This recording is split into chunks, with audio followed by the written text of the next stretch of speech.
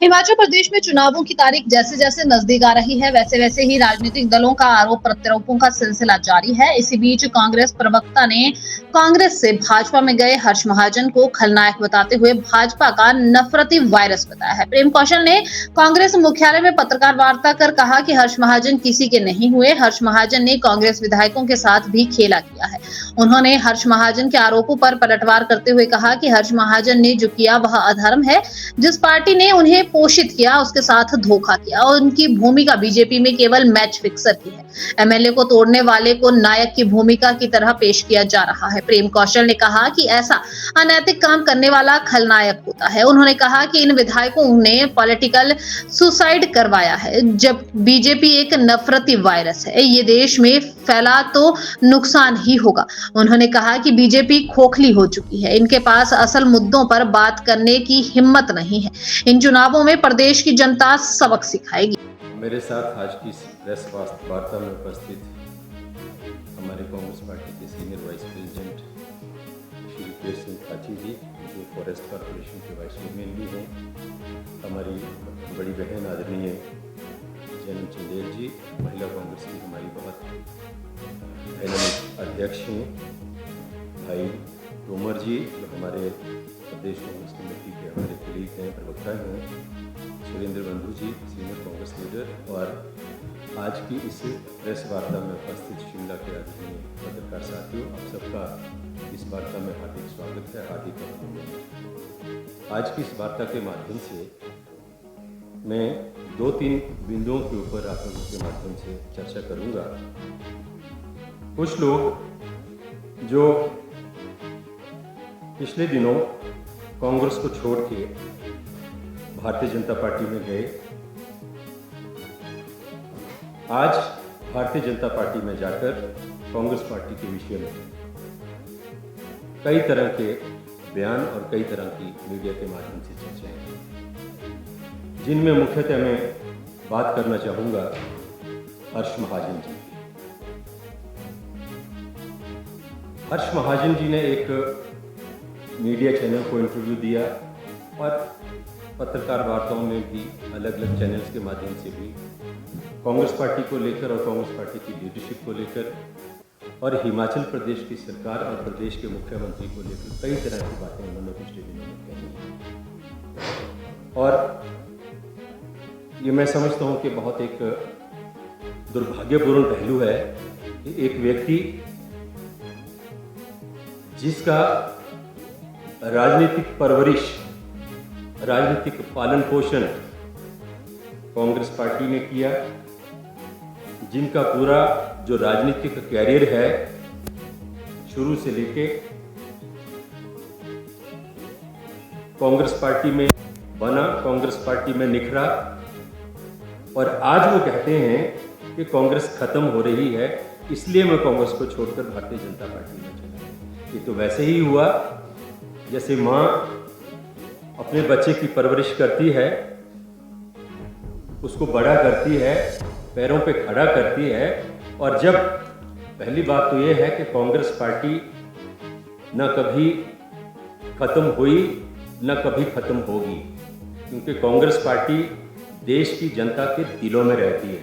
Congress party एक विचारधारा है जिसको खत्म करने के लिए जितनी मर्जी ताकत जो कांग्रेस विरोधी शक्तियां हैं लगा लें, कांग्रेस पार्टी को कोई ताकत, कोई शक्ति जो है इस देश के जो लोग हैं, इस देश की जो जनता है, उसके दिलों से ख़त्म नहीं कर सकती। तो ये कहना कि कांग्रेस ख़त्म हो रही है, पहली बात तो ये है कि इसी के ऊपर हम कांग्रेस पार्टी की तरफ से कड़ी आपत्ति दर्ज करते हैं। और हर्ष महाजन से कहना चाहता हूँ कि ये वैसा ही कथन है जैसे कोई माँ, मैंने जैसा कि कहा, बच्चे को पाल पोस के बड़ा करती है, शिक्षित करती है, पैरों पे खड़ा करती है, और जब वो बड़ा हो गया, माँ थोड़ी सी बीमार हो गई, बूढ़ी हो गई, तो उसको छोड़ के जो है वो चल दिए। तो ये अधर्म कहा जाता है इस चीज़ को, जो हर्ष महाजन जी कह रहे हैं, इसको मैं अधर्म से जोड़ूंगा। हमारी जो संस्कृति है, हमारी जो सभ्यता है, जिस कांग्रेस ने बच्चे की तरह उनका पालन पोषण किया, जिस कांग्रेस पार्टी ने उनकी राजनीतिक परवरिश की, इस मुकाम तक पहुँचे, बड़े बड़े पदों पे रहे, प्रदेश में कैबिनेट रैंक के मिनिस्टर रहे, पार्टी के अंदर वर्किंग प्रेसिडेंट तक उनको बनाया गया, यूथ कांग्रेस के प्रेसिडेंट रहे और तमाम बड़ी जिम्मेदारियां कांग्रेस पार्टी के अंदर उनको लगातार उनके राजनीतिक जीवन में मिलती रही। लेकिन आज क्योंकि उनकी महत्वाकांक्षाएं शायद कांग्रेस पार्टी में रहते उनको लगा कि पूरी नहीं हो सकती और उसी वजह से वो कांग्रेस को छोड़कर भारतीय जनता पार्टी में गए। और मैं धन्यवाद करता हूं उनका कि अच्छा हुआ वो 2022 के चुनावों से पहले कांग्रेस को अलविदा कह के भारतीय जनता पार्टी में चले गए। अगर कांग्रेस में ही रहते तो शायद क्योंकि वो थोड़ा उनकी जो टोटल कार्यप्रणाली रही है वो नेगेटिव और डिस्ट्रक्टिव रही है हमेशा से। कांग्रेस में रहते तो शायद कांग्रेस पार्टी को नुकसान करते अंदर रह के, तो चले गए तो कांग्रेस पार्टी की सरकार हिमाचल प्रदेश में बनी। हम बड़े धन्यवादी हैं उनके, वो सही समय पे चले गए और उनके जाने के बाद जो कांग्रेस में कोई इस तरह की कोई नेगेटिविटी हो सकती थी, कोई डिस्ट्रक्टिव कार्यप्रणाली हो सकती थी, उससे कांग्रेस बच गई। तो मैं ये कहना चाहता हूँ कि इस तरह के बयानबाजी अगर आप करेंगे, हर्ष महाजन जी, लंबा रिश्ता और राफ्ता कांग्रेस के लोगों का आपके साथ रहा है और कांग्रेस पार्टी ने अपना बहुत बड़ा जीवन जो है वो व्यतीत किया है। आप भारतीय जनता पार्टी में चले गए, आपको मुबारक। भारतीय जनता पार्टी की विचारधारा आपकी महत्वाकांक्षा है, लेकिन अगर कांग्रेस पार्टी को लेके, अगर कांग्रेस पार्टी की विचारधारा को लेके, कांग्रेस पार्टी के नेतृत्व को लेके अगर आप गैर जिम्मेदाराना बातें करेंगे तो उसका दुगनी ताकत के साथ कांग्रेस पार्टी आपको जवाब देगी। आप ये ना समझें कि आपके साथ किसी तरीके का जो पुराने संबंध कांग्रेस पार्टी के नेताओं के हैं, उन संबंधों के चलते आपके साथ किसी तरह का लिहाज कांग्रेस पार्टी के नेता जो है वो करेंगे। एक बात तो मैं ये कहना चाहता हूँ, आपने बहुत बड़ा खेला हिमाचल प्रदेश की राजनीति में करने का। आपने राज्यसभा का चुनाव लड़ा, हमारे कुछ विधायकों ने आपको वोट दिया, आप उनको भाजपा में लेके चले गए, उनको भी मुबारक जो चले गए, अच्छा किया उन्होंने। आज हो क्या गया है, जो लोग अपनी व्यक्तिगत महत्वाकांक्षा की राजनीति कर रहे हैं, जिन लोगों को विचारधारा से किसी पार्टी की लेना देना नहीं है, जिन लोगों को देश से लेना देना नहीं है, जिन लोगों को इस देश की समस्याओं से कुछ लेना देना नहीं है, जो राजनीति में सिर्फ अपनी महत्वाकांक्षाओं को पूरा करने के लिए हैं, आज वही लोग दल बदल करके इधर उधर जा रहे हैं। और जो लोग गए वो भी इसी प्रवृत्ति के लोग थे। उनके जाने का हमें कोई दुख नहीं है, हमें कोई गम नहीं है, वो चले गए, उनको बधाई हो। लेकिन एक चीज़ मैं जरूर कहना चाहता हूँ कि हर्ष महाजन कभी किसी के नहीं हुए। जो गए हैं इनके कहने से वो किसी गलतफहमी में न रहे। हर्ष महाजन ने उनके साथ भी खेला किया है, राजनीतिक तौर पर उनको शहीद किया है, उनकी बलि ली है। भारतीय जनता पार्टी में जाकर जो 6 हमारे दल बदलू गए हैं, जो 6 हमारे गद्दार कांग्रेस पार्टी को छोड़ के भारतीय जनता पार्टी में गए हैं, जिन्होंने अपना ईमान बेचा, जिन्होंने अपना ज़मीर बेचा, उनको भारतीय जनता पार्टी के अंदर जाके कुछ हासिल होने वाला नहीं है। टिकट उनको मिल गए, इसमें कोई दो राय नहीं है। लेकिन आप अगर भारतीय जनता पार्टी की कार्यप्रणाली को देखें, अभी जो टिकटों का आवंटन भारतीय जनता पार्टी ने संसदीय चुनावों को ध्यान में रखते हुए किया है, उसको अगर आप ध्यान में रखें तो भारतीय जनता पार्टी के नेताओं ने अपने ही बड़े बड़े नेताओं के टिकट जो हैं वो काट दिए हैं। तो भारतीय जनता पार्टी में जिनको लगता है कि हम चले गए और हमारा भविष्य बहुत सुरक्षित है, उनके हाथ में पश्चाताप के अलावा कुछ नहीं लगेगा। और मुख्यमंत्री को लेकर हर्ष महाजन जी बातें कर रहे हैं, अनुभव नहीं है, फाइनेंशियल मैनेजमेंट नहीं है और कई तरह की बातें उन्होंने की हैं। भाई फाइनेंशियल मैनेजमेंट तो महाजन साहब जैसा आप कर सकते हैं वैसा कौन कर सकता है? आपका फाइनेंशियल मैनेजमेंट ही था जिसके तहत आप हमारे विधायकों को लेकर भाजपा में चले गए। अब इस तरह का फाइनेंशियल मैनेजमेंट तो सुक्खू जी नहीं करते, क्योंकि वो तो संगठन से निकले हुए हैं, ना उनको करने की आवश्यकता है। तो निश्चित तौर पर ऐसे फाइनेंशियल मैनेजमेंट के तो आप मास्टर हैं। लेकिन सरकार के फाइनेंशियल मैनेजमेंट की अगर बात करें तो मैं समझता हूं कि सुखविंदर सिंह सुक्खू जी ने मुख्यमंत्री के तौर पर अपने 14-15 महीने का जो शासनकाल है उसमें आउटस्टैंडिंग काम किया है। और एक ऐसा प्रदेश जिसमें इतना बड़ा डिजास्टर आया हो, इतिहास का सबसे बड़ी त्रासदी आई हो, और जिस प्रदेश की आर्थिक दशा कमज़ोर हो, खराब हो, उस आर्थिक दशा के खराब होने के बावजूद प्रदेश को इतनी बड़ी आपदा से बिना केंद्र सरकार की मदद के भारतीय जनता पार्टी के षड्यंत्रों की वजह से भी चलते भी बाहर निकाल के लेके आना और लोगों को जितनी आशा की जाती है उससे कई गुना ज़्यादा राहत देना, मदद देना, ये कोई छोटा काम नहीं है जो हमारी सरकार ने और प्रदेश के मुख्यमंत्री सुखविंदर सिंह सुक्खू जी ने किया है। तो आपके जो आरोप हैं, आपकी जो चर्चाएं हैं, वो राजनीति से प्रेरित हैं और मैं समझता हूं। और आप उस व्यक्ति के ऊपर उंगली उठा रहे हैं जिस व्यक्ति ने अपनी सारी पूंजी कमाई जो थी, चाहे बच्चों की थी चाहे पत्नी की थी, लाखों रुपया 50 लाख से ऊपर की रकम जो है वो आपदा राहत कोष में दान कर दी। महाजन साहब, मैं आपसे जानना चाहता हूं, मेरा प्रश्न है आपसे, आप बताएं इस चीज को कि उस त्रासदी में हर्ष महाजन ने कितने पैसे, कितना अनुदान आपदा राहत कोष में दिया। आप 51 लाख तो दूर की बात है, 51 रुपए देते हुए मुझे समझता है कि आपको परेशानी होगी।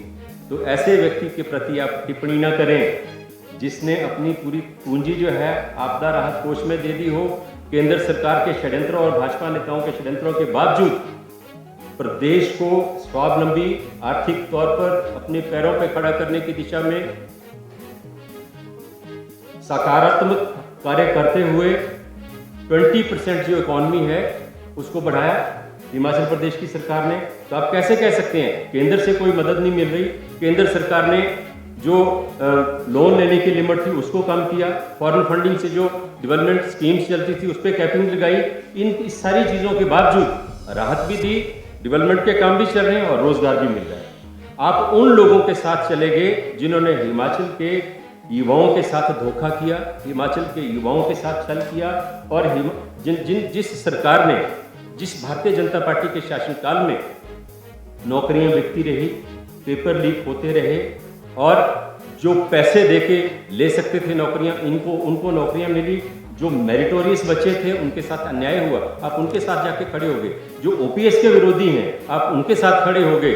जो आज महिलाओं को 1500 रुपये पेंशन देने का विरोध कर रहे हैं, इलेक्शन कमीशन में जाके उसको रोकने का काम कर रहे हैं, आप उनके साथ खड़े हो गए। तो किस तरीके से आप हिमाचल के हितैषी हैं, किस तरीके से आप लोग जो हैं वो जनता के हितैषी हैं, मैं ये जानना चाहता हूँ। इसी के साथ हर्ष महाजन जी को मैं ये कहना चाहता हूँ कि आपकी जो भूमिका है भारतीय जनता पार्टी में, वो जैसे मैच फिक्सिंग नहीं होती है, मैच फिक्सिंग करने वाले ब्रोकर्स होते हैं, आप उस भूमिका में हैं। मैं देखता हूं कई लोग सोचते देखते हैं, देखो जी हर्ष महाजन ने तो कमाल कर दिया, एमएलए तोड़ दिया। आपकी कोशिश तो सरकार गिराने की थी, 6 विधायक लेके जाने की कोशिश थी। आपका प्रयास हिमाचल प्रदेश की सरकार को गिराने का था, आप उसमें असफल हुए और आप उस 6 विधायक तोड़कर भारतीय जनता पार्टी में ले जाकर आप नायक की तरह अपने आप को प्रचारित करने का प्रयास कर रहे हैं कि हर्ष महाजन हिमाचल की राजनीति के बहुत बड़े नायक हैं। नेगेटिव और डिस्ट्रक्टिव काम करने वाला कोई भी व्यक्ति कभी नायक नहीं हो सकता। ऐसे व्यक्ति के लिए कोई शब्द अगर है तो वो खलनायक शब्द है, ये मैं कह रहा हूँ। और मैं उम्मीद करूँगा कि आप इसका ज़रूर इसको मेंशन करें कि नेगेटिव और डिस्ट्रक्टिव वर्किंग करने से कोई नायक नहीं, खलनायक बनता है। तो आप नायक नहीं हैं, हिमाचल की राजनीति के आप खलनायक हैं, ये मैं कहना चाहता हूँ। और बाकी जो विधायक हैं हमारे जो यहाँ से गए हैं, उनके लिए मैं सिर्फ इतना ही कहूँगा कि उन्होंने एक पॉलिटिकल सुसाइड की है। उन्होंने कहा कि मुख्यमंत्री हमारी बात नहीं सुनते, इसलिए हम भारतीय जनता पार्टी में चले गए, हमारा दम घुट रहा है। अब रूलिंग पार्टी के विधायक थे। एक चीज बड़ी स्पष्ट है कि हिमाचल प्रदेश में आज भी कांग्रेस की सरकार है और ये जो लोकसभा के और विधानसभा के उपचुनाव हो रहे हैं, इसके बाद भी कांग्रेस पार्टी की सरकार रहने वाली है। तो आप कहते हैं कि आपकी बात सरकार सुन नहीं रही थी, मुख्यमंत्री सुन नहीं रहे थे। एक तो आप सब के सब पराजित होने वाले हैं, हारने वाले हैं, आप में से एक भी जीतने वाला नहीं है, क्योंकि हिमाचल प्रदेश की जनता इस धनबल की, खरीदो फरोख्त की और दल बदल की राजनीति को प्रोत्साहित करने वाली नहीं है। ये हमारी संस्कृति नहीं रही है, ये हमारा पॉलिटिकल फैशन नहीं रहा है। तो ये तो पहली बात है कि ये होने वाला नहीं है। और अगर कोई एक आध जीत भी जाता है तो आप विपक्ष के विधायक होंगे, भाजपा पे विधायक होंगे, सरकार कांग्रेस की होगी, वही सुखविंदर सिंह सुक्खू मुख्यमंत्री होंगे। तो आप किस तरीके से लोगों की मदद करें? आपने छल किया लोगों के साथ, आपने कपट किया जनता के साथ, आपने विश्वासघात किया उस पार्टी के साथ जिसने विश्वास करके आपको हाथ का चुनाव चिन्ह दिया, जिसके ऊपर आप जीत के आए,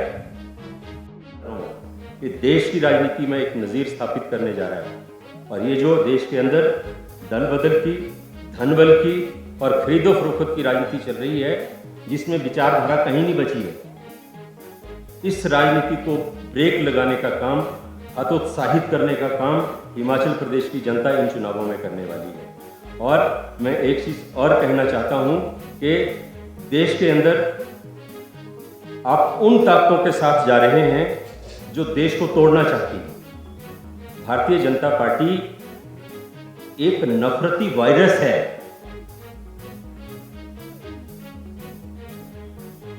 जो अगर देश के अंदर, समाज के अंदर फैला तो भारतीय जनता पार्टी का ये नफरती वायरस जो है इस देश को तोड़ेगा, इस समाज को तोड़ेगा।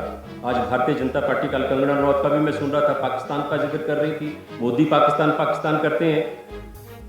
कांग्रेस पार्टी ने, श्रीमती इंदिरा गांधी ने सेना के पराक्रम से पाकिस्तान के 2 टुकड़े के दुनिया का नक्शा बदला है कांग्रेस पार्टी ने। आप उस कांग्रेस पार्टी के ऊपर ये आरोप लगाते हैं कि राहुल गांधी को प्रधानमंत्री बनने की दुआएं पाकिस्तान के लोग कर रहे हैं। वास्तविकता ये है कि आप अंदर से इतने कमजोर हो चुके हैं, इतने खोखले हो चुके हैं कि आपके पास इस देश के मुद्दों की बात करने के लिए कुछ है ही नहीं। इसलिए आप कभी किसी संप्रदाय की बात करते हैं, आप कभी जो है वो किसी देश की बात करते हैं, क्योंकि आपके पास मुद्दों की राजनीति करने का मादा ही नहीं है। आप मुद्दों की राजनीति कर ही नहीं सकते। मुद्दों की राजनीति करने के लिए आपके पास कुछ है ही नहीं। यही चंद बातें मुझे आप लोगों के माध्यम से कहनी थी। आपकी तरफ से अगर कोई सवाल हो जो मैंने कहा है इन मुद्दों से संबंधित, तो आपका स्वागत है। राजनीति करते हैं और खासकर जब चुनाव की राजनीति में ये लोग जाते हैं तो इनका प्रचार का, बातचीत का कोई स्तर ही नहीं रहता। ये इतने निम्न स्तर तक चले जाते हैं, मैं समझता हूं कि जो स्तर जो है वो किसी भी स्थिति में स्वीकार्य नहीं हो सकता। तो जो भी ये मसले हैं, मैं इस पर ज़्यादा टिप्पणी नहीं करूंगा। प्रियंका गांधी देश की बहुत बड़ी नेत्री हैं, धरोहर हैं, ऐसे परिवार से हैं जिस परिवार का इस देश के लिए कुर्बानियों का इतिहास है। और उस परिवार और उसके परिवार के आगे बच्चों के प्रति अगर कोई इस तरह की टिप्पणियां होती हैं, मैं समझता हूं दुर्भाग्यपूर्ण है। और इनसे कोई लाभ भारतीय जनता पार्टी के नेताओं को या भारतीय जनता पार्टी को होने वाला नहीं है। ये चीज़ उनको समझनी पड़ेगी, इनसे नुकसान ही होगा, क्योंकि हिंदुस्तान के लोग अपनी सभ्यता, संस्कृति और मान सम्मान की जो राजनीति है उसको ज़्यादा पसंद करते हैं। इसकी मुझे जानकारी